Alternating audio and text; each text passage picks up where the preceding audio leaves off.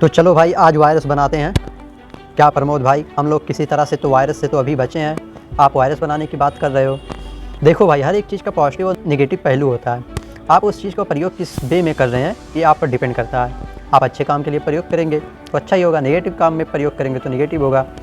तो खैर, हम कंप्यूटर वायरस जा रहे हैं बनाने। तो कंप्यूटर वायरस बनाने के लिए आपको पहले नोटपैड खोलना पड़ेगा। तो मैं पहले आपको एक चेतावनी दे दूं कि भाई ये वीडियो जो है ये केवल एजुकेशनल पर्पज़ से है। आप इस वायरस को किसी गलत यूज में मत प्रयोग कीजिए। इस वायरस का प्रयोग केवल आप अपने कंप्यूटर में कीजिए, फ़न के लिए या फिर एजुकेशन के लिए। तो चलिए फिर बनाते हैं। तो इसके लिए आपको पहले नोटपैड खोलना पड़ेगा। तो नोटपैड ये खोल लिया। अब नोटपैड खोलने के बाद में यहाँ पर लिखना है स्टार्ट। फिर स्टार्ट लिखने पर क्या होगा, स्टार्ट लिखने के बाद में यहाँ फाइल वाले ऑप्शन पर क्लिक करेंगे। फिर उसके बाद में सेव एज।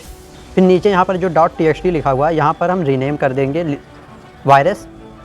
फिर .bat, ध्यान रहे .bat एक्सटेंशन कंपलसरी है, तो आपको लास्ट में .bat ज़रूर लिखना है। फिर उसके बाद में इसको सेव कर देना है। अब फिर जैसे ही हमने सेव किया, यहाँ पर हम लोगों का वायरस बनकर तैयार हो गया, वायरस .bat। जैसे ही आप इस पर डबल क्लिक करेंगे ये वायरस रन हो जाएगा।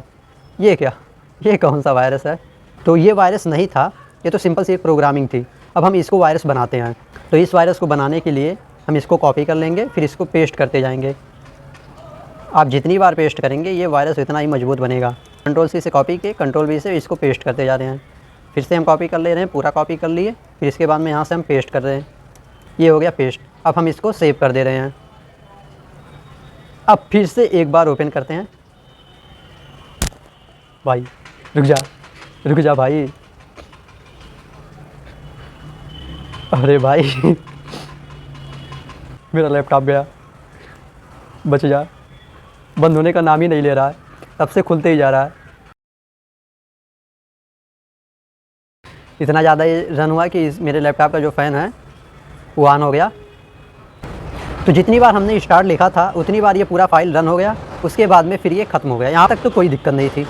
मेरे लैपटॉप का फ़ैन तो ऑन हो गया था, लेकिन यहाँ पर कोई ख़ास दिक्कत नहीं हुई। ख़ास दिक्कत तब होगी, तो अब हम पहले इसको हटा दे रहे हैं। अब मैं इसको यदि दोबारा एडिट करूँ, ये जो पूरा स्टार्ट लिखा हुआ है इसको डिलीट कर दूँ, यदि हम इसको एक डिब्बे में स्टोर करा दूँ, तो ये जो स्टार्ट नाम का एक कमांड है, हमने इसको एक डिब्बे में स्टोर करा दिया जो कि है ए। अब हम इसको लिख रहे हैं, फिर उसके बाद में हम लिख रहे हैं गो टू ए। तो अब यहाँ पर लिखा क्या हुआ मैं इसको आपको समझा दे रहा हूँ। तो यहाँ पर ये जो ए डिब्बा है, ए डिब्बे के अंदर हमने एक स्टार्ट नाम के कमांड को लिखा है, फिर उसके बाद में गो टू ए लिखा है। तो यहाँ पर जब हम इसको रन करेंगे तो सबसे पहले ये पहली लाइन पढ़ेगा कंप्यूटर।